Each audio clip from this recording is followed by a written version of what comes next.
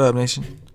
Welcome to another edition of the WiseTake MLB DFS Wise stream. CK013 here. You can find me on Twitter at CK_013. And I, of course, am from the WiseTake Nation, which you can find on all the social media platforms listed above or directly at WiseTake.com. If you're looking to take your DFS game to the next level, we are a premium DFS content provider as well as a DFS community designed to help make you a better DFS player. Go check us out. Day Pass is available at WiseTake.com. That being said, if you're new to this channel, welcome. You've come to the right place with some free fire DFS content. So make sure you subscribe, hit the notifications bell. Don't miss out on any of the free content we put out. Currently covering slates Monday through Friday for MLB, meaning we stream live Sunday night through Thursday night, making this the last show of the week. And it's a big one.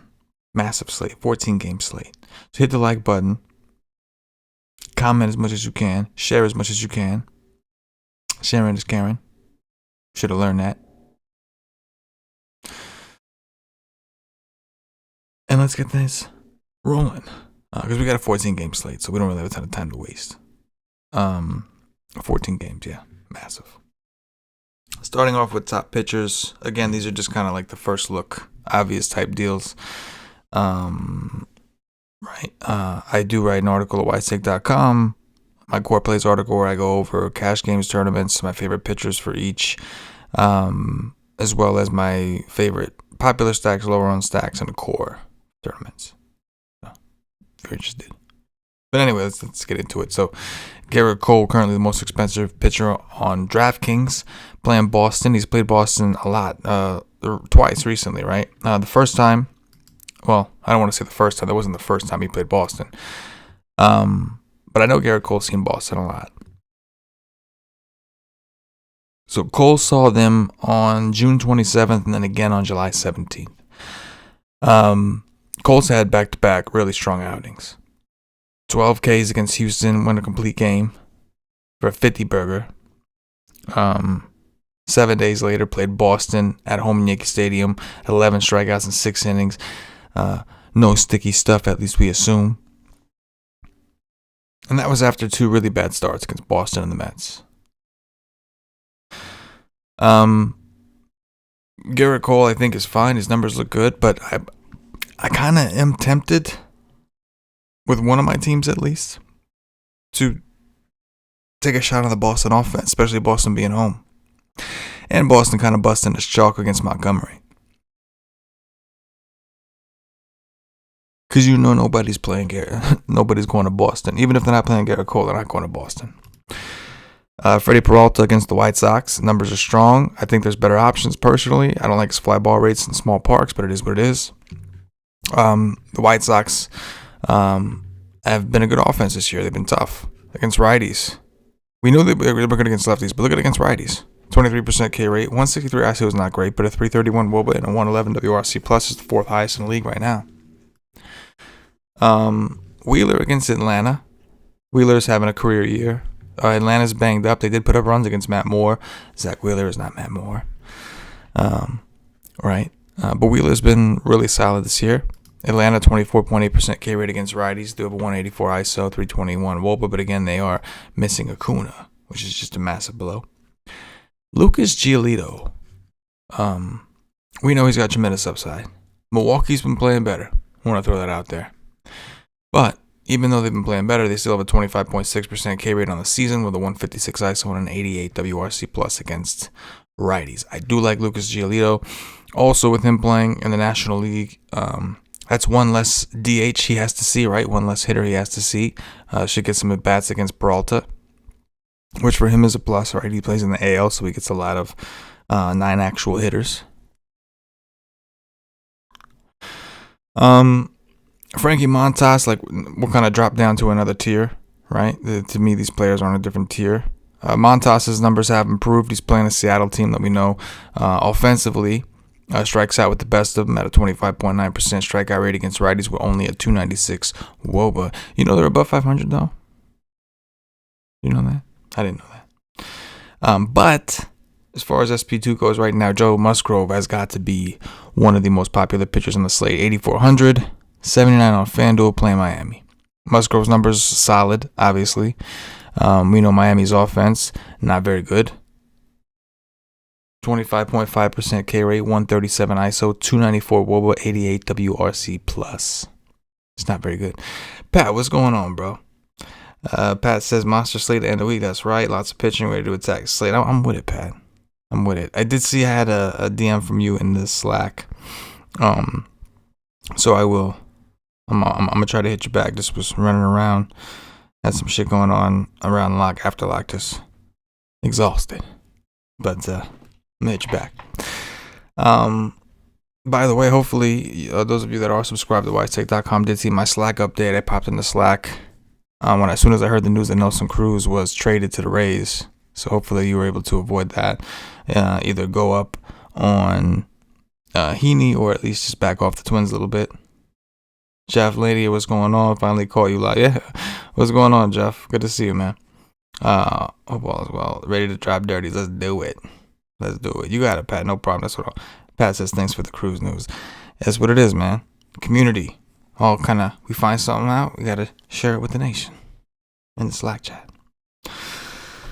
I think Erod is kind of interesting. Yankees seem to be heating up a little bit, right? They've won a lot of games.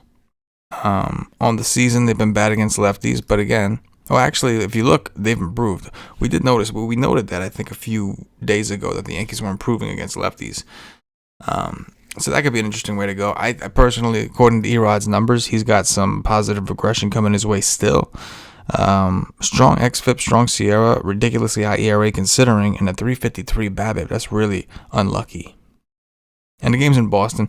I just don't. These guys are lower owned, so you want to consider it. But in reality, you just why wouldn't you just click Joe Musgrove for $100? You can't find $100 to get to Joe Musgrove at that point. Anyway, we're going to go on to offenses. The Nationals are in Baltimore. They get an extra hitter in the DH. And they get Jorge Lopez and a bad Baltimore bullpen. Where you at, Jorge?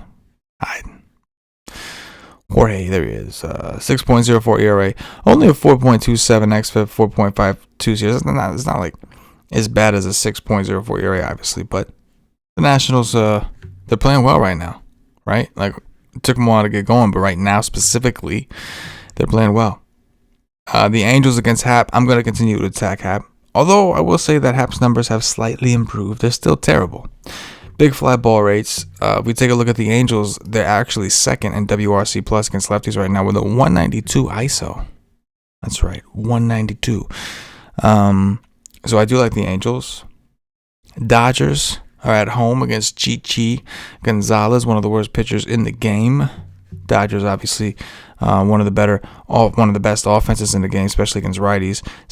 Tied for second with Toronto and WRC plus. At that, Mookie Betts has been banged up, so that sucks. Justin Turner did come back though, so we'll have to see. The Reds are another team I think people could end up looking at. They are at home, one of the best pitching parks in the game against Wade LeBlanc, whose xFIP and Sierra are significantly higher than his ERA, 13.4% K rate. Reds have not been great against lefties. Reds are still without Nick Castellanos, which is a big blow. He's a lefty master, but they still have guys that should be able to get it done. Guys like Eugenio Suarez, even Aquino, who's been getting some extra playing time with Castellanos' absence. Indy is right-handed. Right? Votto can hit lefties. So, I think it's kind of interesting. But this is a huge slate. There's going to be a lot of different ways to go. And again, even with all these possibilities, I still kind of think that Boston Yankee game could be a little shootout-y offensively. I wouldn't be surprised.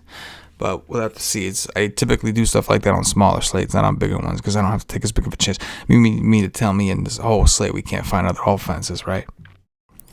The Giants are at home, not a great park. That's kind of a common theme. Some of the better matchups aren't in the best parks, which is why I think the Nationals end up being pretty popular. But Chad Cool, numbers are pretty bad. 5.34 xFIP, 5.46 Sierra. Giants, good offense. This is fifth in WRC plus against righties, 198 ISO. Even though their home park is one of the better pitching parks out there. Things to watch: Steven Matz going up against the Mets. Matt's numbers are pretty solid here. Going up against the Mets in Citi Field, his first game against the Mets, his first game back in Citi Field since The Mets traded him. Mets currently have a 24.7% K rate, a 1-49 ISO, 309 WOBA, and a 90 CM WRC plus. Not great. Not great. Look out for the revenge. The Orioles. Talked about all these other offenses. The Orioles against Patrick Corbin. First, let's look at Patrick Corbin. Corbin, who is cheap, 6,900. 4.5 xFIP, 4.76 Sierra, 17.6% K rate. He's not good anymore. Baltimore, meanwhile, which we've followed all season, they've slipped down a little bit in the rankings, but still, a 107 WRC plus against lefties, 326 WHIP. But the 158 ISO is not great. 22.4% K rate, not awful. If you're going to take Baltimore players, you're going to do it against a lefty. And they're at home. But then the Tigers, man, I felt like we had to touch on the Tigers. Chris Bubik's numbers are pretty pathetic here. The Tigers last year were one of the better teams in the league against lefties. They've improved a little bit this year, but they're still bad. 27.4% K rate, which is one of the highest in the league. 152 ISO, 313 WOBA, 96 WRC plus. But the Tigers, I think, have won some. Like I don't think they've lost a game since the All-Star break. So just one of them teams that are just like kind of hot right now. Again, on a massive slate like this, do we have to play a team that's so risky? I don't know. Way to get different though. Dong Watch and Ratty, I'm going with Juan Soto, number 1. For sure. Juan Soto, number 1. I'd like to find an Angel. The Angels, man, missing Mike Trout. Missing, what's his name? Missing Mike Trout. Missing Anthony Rendon, who they could use against a lefty. But they've been playing all right. Let's go with Justin Upton. He was in the lineup on Thursday night. Let's go Justin Upton with the second one. And we'll go with Max Muncy. No. Let's go Justin Turner. No. Let's go Aquino. I'm going Aquino. Aristo Aquino? I don't know.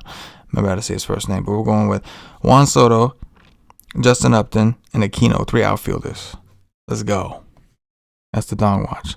That's going to do it, Nation. There's a ton we could discuss, but those are kind of the ones that I thought stood out the most. The ones that I expect to get some more of the attention. And I'll kind of try to delve into my article and focus in and see what I'm into for cash games, tournaments, and all that shit. And spit it back at you. So hit the like button on your way out. I appreciate those of you hanging out with me live. Appreciate those of you take the time to watch after the fact. For myself, the entire WiseTake Nation, as always, good luck. Yeah.